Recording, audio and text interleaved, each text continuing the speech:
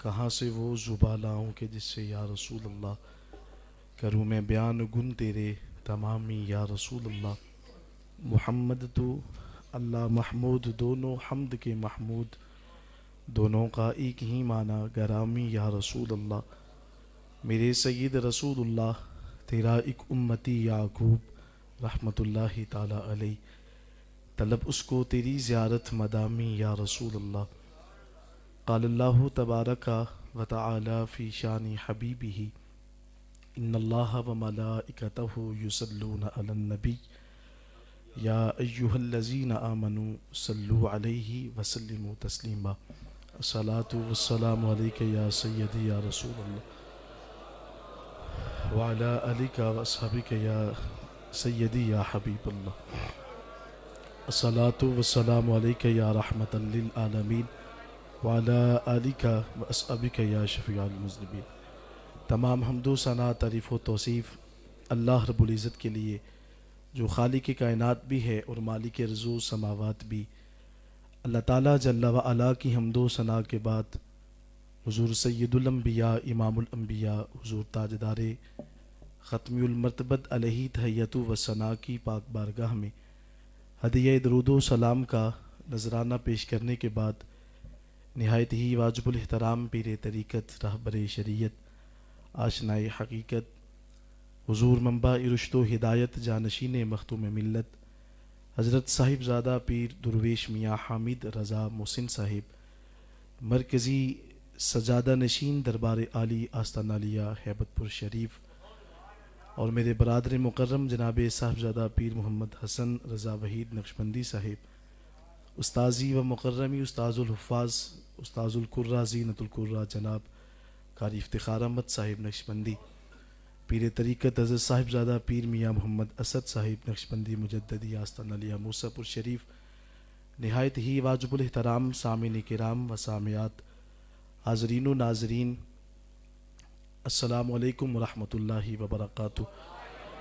آج کا یہ حسین پروگرام بعنوان مختوم ملت کانفرنس سرزمین ہیبت پور شریف میں انعقاد پذیر ہے، جس میں میں اور آپ سب حضرات حاضر ہیں. دعا گو ہوں کہ اللہ تعالیٰ ہمارا ایک ایک لمحہ اپنی بارگاہ میں شرف قبولیت عطا فرمائے. حضرات محترم، انتہائی اختصار کے ساتھ میں ایک دو بات آپ کی گوش گزار کرنا چاہتا ہوں.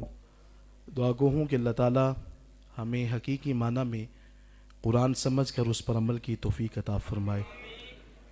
رب کائنات نے حضور علیہ الصلاۃ والسلام کی تعظیم اور توقیر کے حوالہ سے قرآن کریم فرقان حکیم میں ارشاد فرمایا ہے، یا ایہا الذین آمنوا لا تقولوا رائنا، اے ایمان والو میرے حبیب کی بارگاہ میں کبھی لفظ رائنا نہ کہو.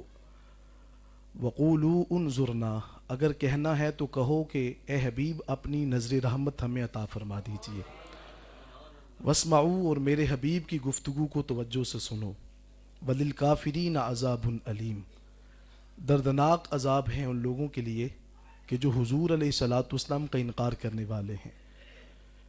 اس کائنات کے اندر سب سے حساس ترین جو مسئلہ ہے وہ حضور علیہ الصلاۃ والسلام کی ناموس کا ہے.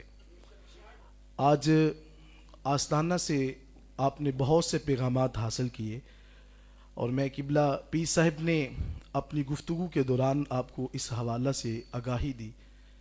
حضور قبلہ عالم تاجدار ہیبت پوری علیہ رحمہ، آپ کے جو بڑے صاحبزادے تھے ان کا نام میاں محمد جی سرکار رحمۃ اللہ تعالی علیہ تھا، اور آپ نے دوران گفتگو آپ کو اس حوالہ سے آگاہی دی ہے کہ آپ نے ساری زندگی اپنے بیٹے کا نام بے وضو نہیں لیا.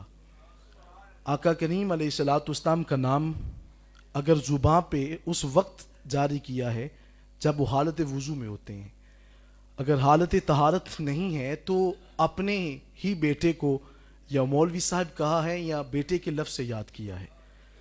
یہ حضور علیہ الصلاۃ والسلام کے نام کے ساتھ جو ہے یہ قلبی تعلق اور قلبی لگاؤ ہے. آقا کریم علیہ الصلاۃ والسلام کا نام نامی اس میں گرامی اتنا مقام رکھتا ہے. اقبال فرماتے ہیں کہ اگر اس نام کو بوسیدہ ہڈیوں کے اوپر پڑا جائے تو اللہ ان ہڈیوں کے اندر بھی جان پیدا فرما دیتا ہے۔ اس نام کے اندر اللہ نے اتنا کمال رکھا ہے۔ آقا کریم علیہ الصلوۃ والسلام کی تعظیم یہ کائنات کے اندر سب سے حساس ترین جو مسئلہ ہے حضور علیہ الصلوۃ والسلام کی ناموس کا ہے۔ لا تقولوا رائنا، رب کائنات نے یہ لفظ جو تھا یہ حضور کے اصحاب استعمال کرتے تھے، اے ہمارے آقا ہمیں مسئلہ سمجھا دیجئے، ہماری رعایت کر دیجئے۔ ذو معنی لفظ تھا۔ آقا کریم علیہ الصلوۃ والسلام کے اصحاب بھی یہ لفظ استعمال کرتے تو دوسری جانب یہود بھی یہ لفظ استعمال کرتے تھے۔ حضرت عبداللہ بن مسعود رضی اللہ تعالیٰ عنہ، آپ ان کی جو ہے وہ تحریروں کو آپ بخوبی جاننے والے تھے۔ حضرت عبداللہ بن مسعود نے ایک دن یہودی سے کہا کہ آج کے بعد اگر آپ نے اس لفظ کو بگاڑا تو میں تمہاری جو ہے وہ گردن اڑا دوں گا۔ اب یہاں پہ ایک مسئلہ سمجھ لیجئے کہ حضور کی ناموس کی جو بات ہوتی ہے اس کے اوپر ہمارا ایمان قائم ہے۔ اگر آقا کریم علیہ الصلوۃ والسلام کی ناموس کے اوپر ہی ہم نے آج پیرا نہیں دینا تو ہماری یہ جو ہے وہ پیری مریدی کہاں پہ رہ جائے گی۔ ایک خطبہ جمعہ پچھلے جمعہ المبارک کے اندر قبلہ پیر صاحب نے بڑی خوبصورت بات کی۔ آپ نے فرمایا کہ آج یہ ہمیں جو ہے وہ جمع ہونے کی ضرورت ہے۔ آج آپ دیکھ لینا کہ ہمارے اسلامی جمہوریہ پاکستان کے اندر ہمارے یہ حکمران اور ہمارے یہ اس طرح کے جو لوگ ہیں جو اپنے آپ کو چیف جسٹس آف پاکستان کے لفظ سے یاد کرتے ہیں، وہ کس کس طریقے سے ہمارے ایمان کو لوٹنے کے در پہ ہیں۔ لیکن یاد رکھیے گا ان آستانوں پہ آنے والے جو شخص ہیں ان کا ایمان آج بھی جو ہے وہ مضبوط ہے اور اس کی حفاظت ہو رہی ہے۔ تو قبلہ پیر صاحب نے ایک بات کی تھی، شاید جمعہ سننے والوں کو وہ یاد ہو۔ آپ نے فرمایا تھا کہ مشکل وقت آ چکا ہے اور لوگوں نے اس طریقے سے جو ہے وہ ہمیں للکارا ہے۔ آپ نے فرمایا ہمارا پورے عالم اسلام پہ جہاں بھی مرید کھڑا ہے، اگر کوئی مشکل وقت آ جائے تو اس گھڑی کے اندر یہ نہ دیکھے کہ ہمارا تعلق کہاں پہ ہے، یہ نہ دیکھے کہ میرا کس جماعت کے ساتھ تعلق ہے۔ فرمایا اگر وہ ہمارا مرید ہے تو اگر باہر نکلنے کی بات آتی ہے تو نکل جائے، اس لیے کہ ساری زندگی حضور قبلہ عالم نے اپنی اتباع کا درس نہیں دیا۔ انہوں نے کلمہ پڑھایا ہے تو مدینے والے آقا کا پڑھایا ہے۔ حضور علیہ الصلوۃ والسلام کے کلمے کے اوپر جو ہے ہماری جو ہے وہ بقا ہے۔ تو اس لیے آقا کریم علیہ الصلوۃ والسلام کی ناموس ہی میں انسان کی بقا ہے۔ یاد رکھیے گا اگر آج یہ حضور علیہ الصلوۃ والسلام کے بارے میں یہ ایک چند ٹکوں کے شخص نے کہہ دیا کہ لا اکراہ فی الدین، دین میں اکراہ نہیں ہے، جبر نہیں ہے، یہ کہاں سے اس نے کہہ دیا؟ یہ تو اس کے لیے تھا کہ جو دین میں آج جس نے داخل ہونا تھا۔ یہ قادیانیت کا ہمارے مذہب کے ساتھ کوئی تعلق نہیں ہے۔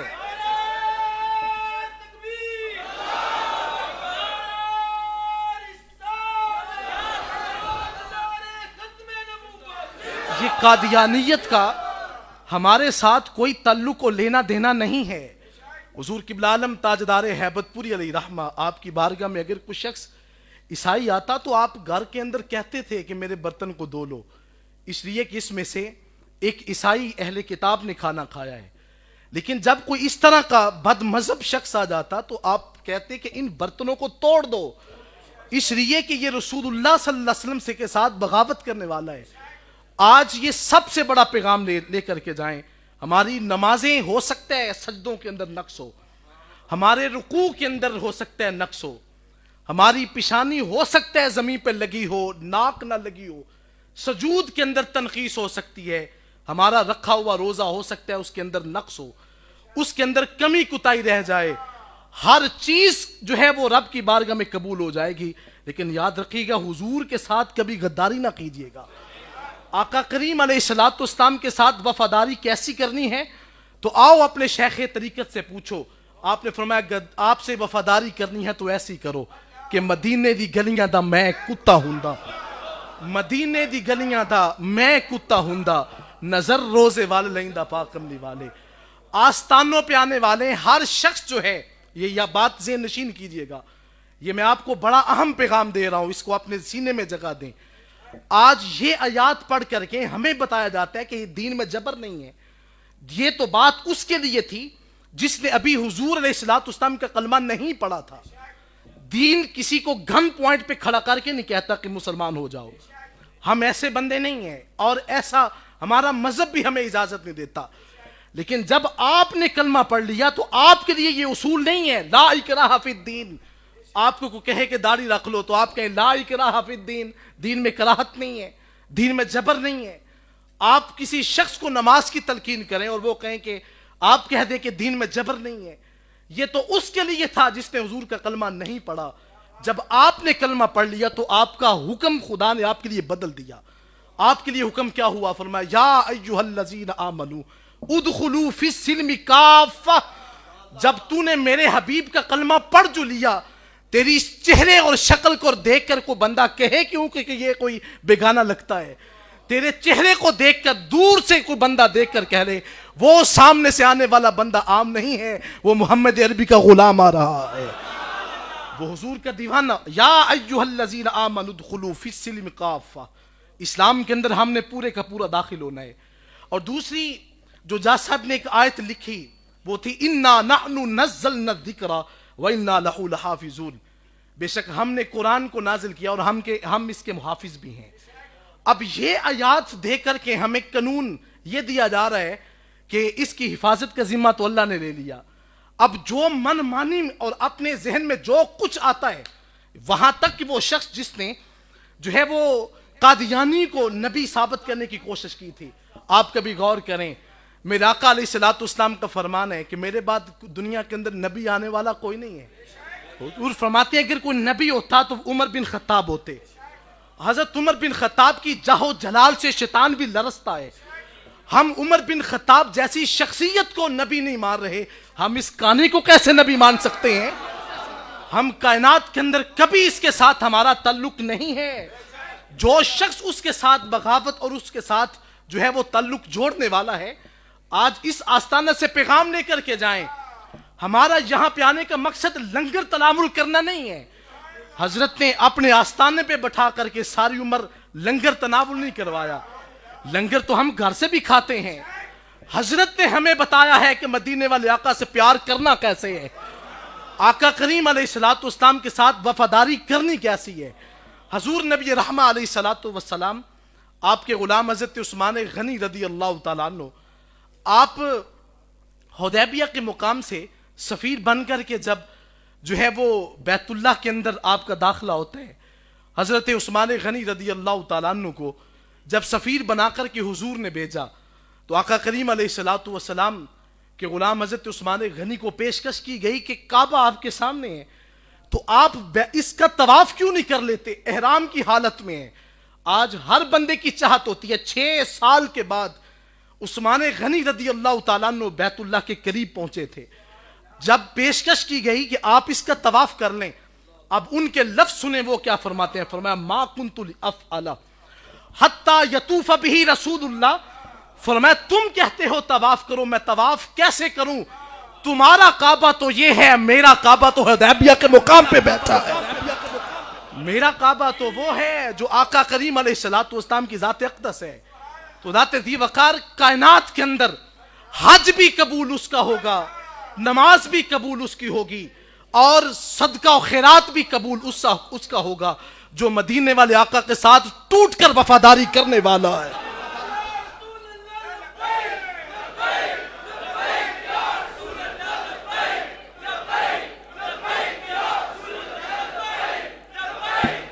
جو حضور علیہ الصلوۃ والسلام کے ساتھ ٹوٹ کے پیار کرتا ہے.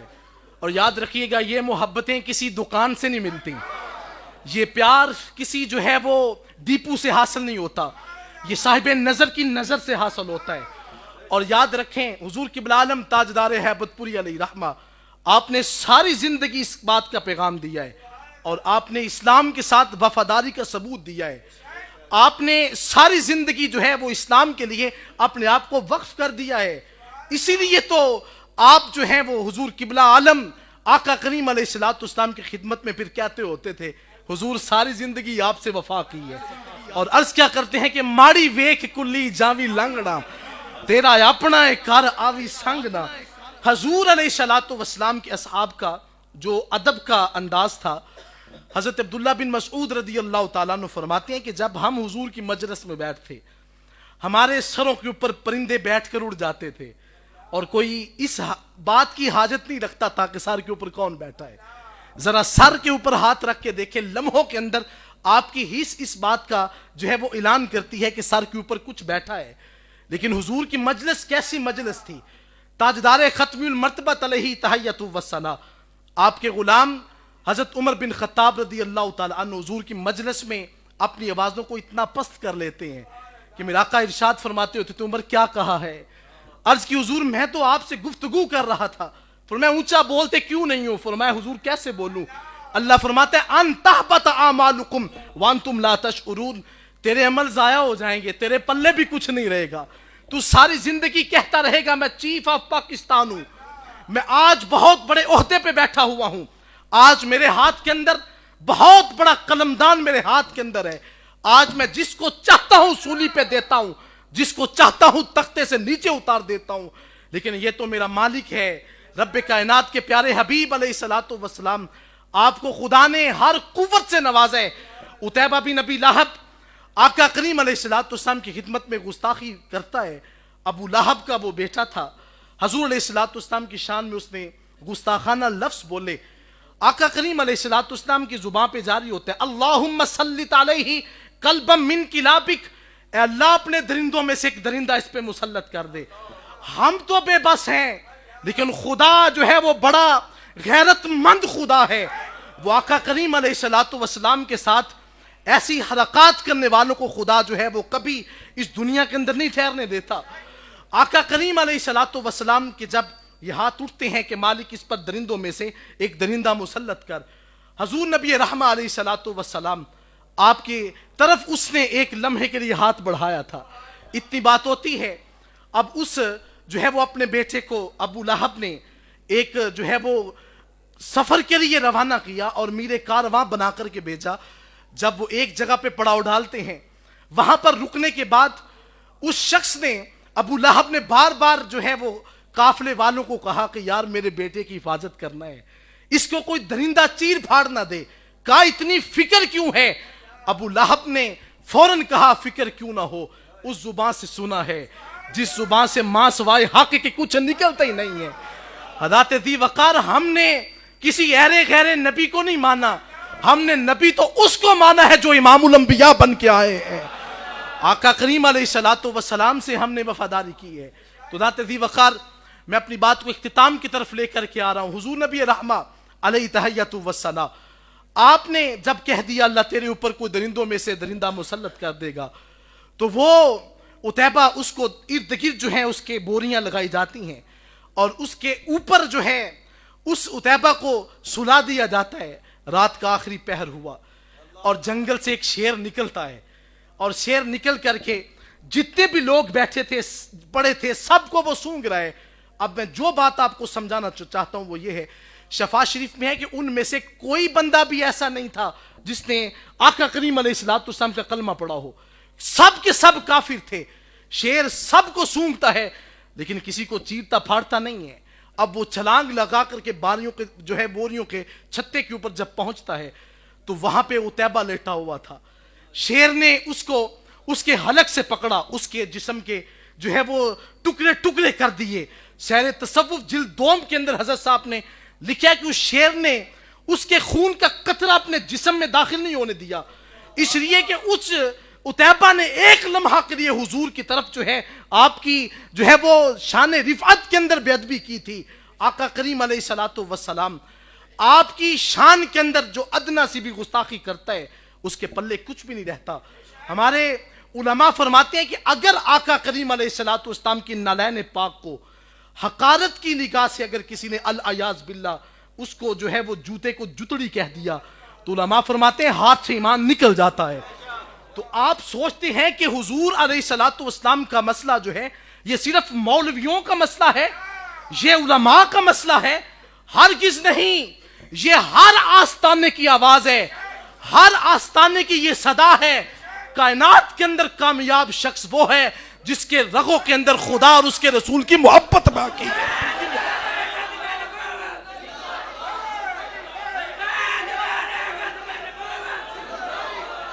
یہ حضور علیہ الصلوۃ والسلام کے دیوانوں کی یہ صدا ہے. تو فرمایا لا تقولوا رائنا، میرے حبیب کی بارگاہ میں کبھی لفظ رائنا نہیں کہنا. جب بھی کہنا ہے حضور اپنی نظر رحمت ہمیں عطا فرما دیجئے. حضرت ذی وقار یہ پیغام لے کر کے جائیں اپنی نوجوان نسل کو جو لبرلزم کے اندر اپنے آپ کو شامل کر رہے ہیں کہ ہمیں اس سے کیا لگے، ہمارا اس مسئلے سے لین دینا کیا ہے، یہ تو مولویوں کا اور خطیبوں کا مسئلہ ہے. حضرت ذی وقار ان کا ایمان کہاں ہے، وہ کس سوچ کے اندر ہے؟